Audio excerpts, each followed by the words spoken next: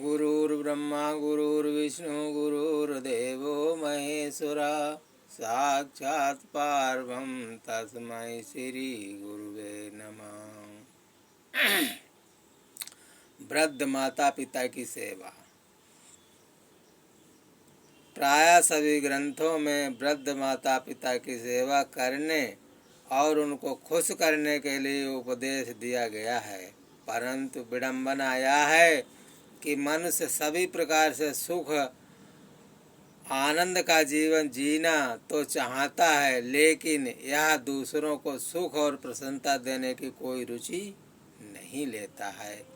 यहाँ तक कि परिवार में वृद्ध माता पिता की सेवा करने और उनके सुखी रखने कोई रुचि नहीं लेता। आज परिवारों में वृद्ध माता पिता उपेक्षापूर्ण जीवन जीने के लिए विवश हो गए हैं। कभी कभी तो ये भी देखा जाता है कि पुत्र वृद्ध माता पिता को जबरन वृद्धाश्रम में छोड़ आते हैं और फिर उनके सुख दुख का नाम भी नहीं लेते हैं। कुछ वृद्ध जिनको वृद्धाश्रम में जगह नहीं मिलती वे मथुरा वृंदावन जैसे तीर्थ स्थानों में अनाथालयों में जाकर शरण लेते हैं और भीख मांगकर अपना पेट भरते हैं।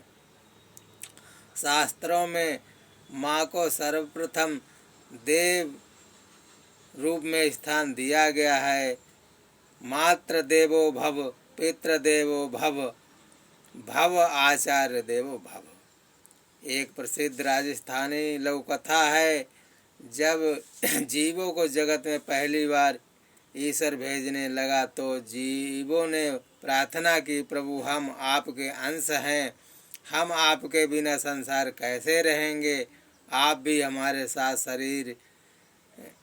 सशरीर चलिए। ईश्वर ने कहा बस यह असंभव है, हाँ मेरा स्वरूप तुम सबके साथ सदैव होगा। और ईश्वर ने कृपा करके माँ बना दी। ईश्वर माँ है न, ये कहना चाहिए माँ ही ईश्वर है, अर्थात ईश्वर का साकार रूप है माँ। परंतु दुर्भाग्य है कि वृद्ध माता पिता की दशा शायद पश्चिमी सभ्यता अनुकरण करने के कारण है। दूसरा कारण यह भी है कि हमारी शिक्षा पद्धति और नैतिक शिक्षा कोई स्थान नहीं है। अब तो केवल मातृ दिवस और पितृ दिवस मनाकर ही पुत्र अपने कर्तव्य की इतिश्री समझ लेते हैं। यह दशा वृद्ध माता पिता के लिए अत्यंत पीड़ादायक होती जा रही है, क्योंकि आजकल सब अपने अपने कार्यों में व्यस्त हैं।